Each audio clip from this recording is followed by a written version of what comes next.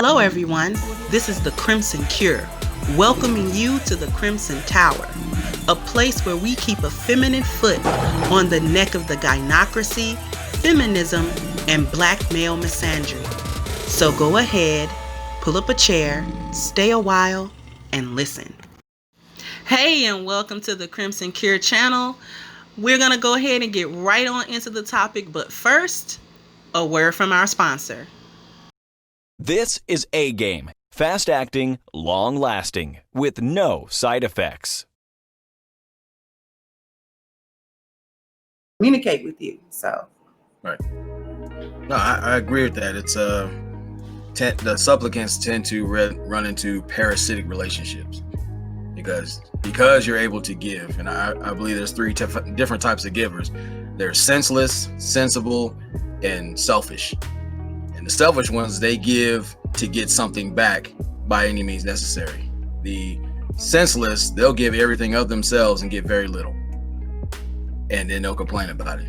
The one you really wanted to be sensible, it's like you can give, but you got to learn to give to yourself first. And that's something that most people are not accustomed to. Wow. Okay, I like that. Types of givers. So you said, and I do have my notes. Types of givers: senseless, sensible, and selfish.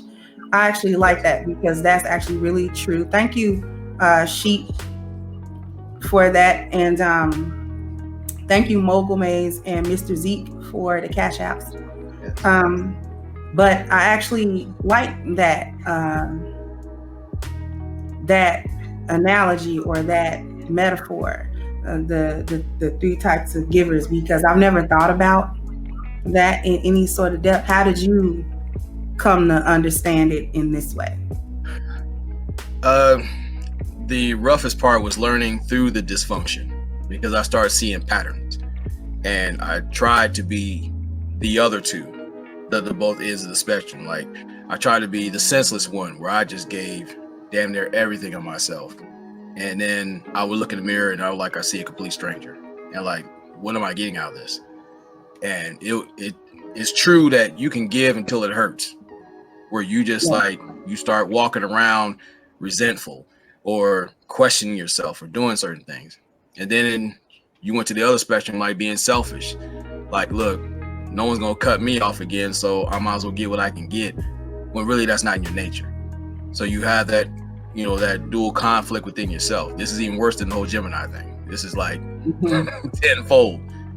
But when you start teaching yourself how to receive love, or even learn to speak it fluently through your actions and your mindset, that's how you teach that other person how to reciprocate that. That sets a blueprint to build something, because we teach them how to treat us. We just have to be accountable for the treatment that we received. And that's what I learned. That is awesome, because I went through the senseless one. I've always been the senseless one. And it learned through dysfunction. I've always had a fear of abandonment, emotional abandonment, more than physical abandonment. I never wanted to be left behind. I never wanted to not belong. I never wanted the people around me that I loved and cared for to disregard me as unimportant. Yeah. And so, coming from that dysfunctional space, an unhealthy space, I began to senselessly give.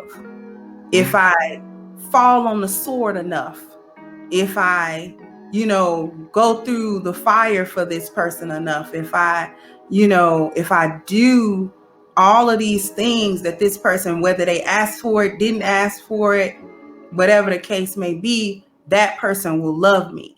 And that person will not abandon me. That person won't emotionally become unavailable to me. And I won't be heartbroken by this person. That has not turned out well. Thank you, Dead Set. So I'm glad that I caught this stream. It's a great conversation. And thank you, RB. I don't like saying names, real names.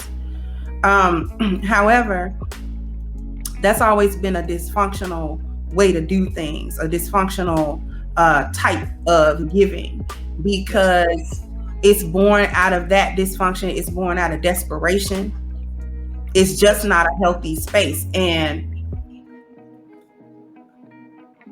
it's really only within recent, like, year or so that I've come to understand that that is not how you're supposed to operate.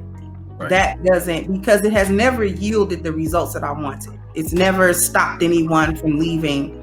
It's never made me belong any more or less.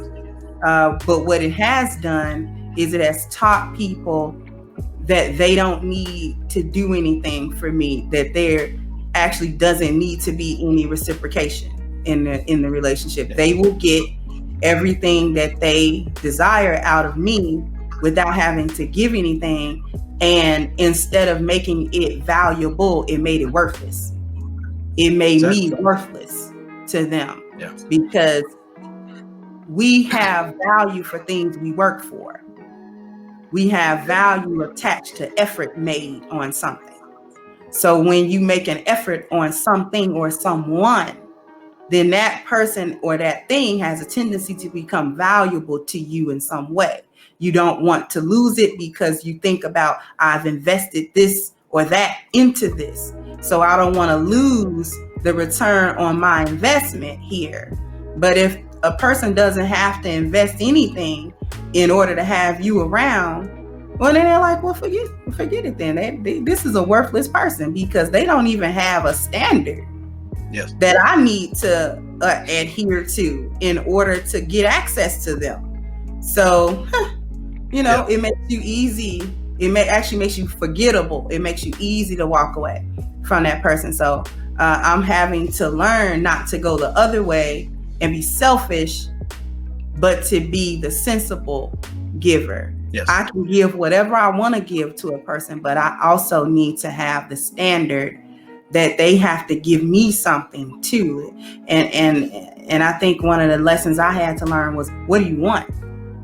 You spend so much time giving without a standard. What do you really want? So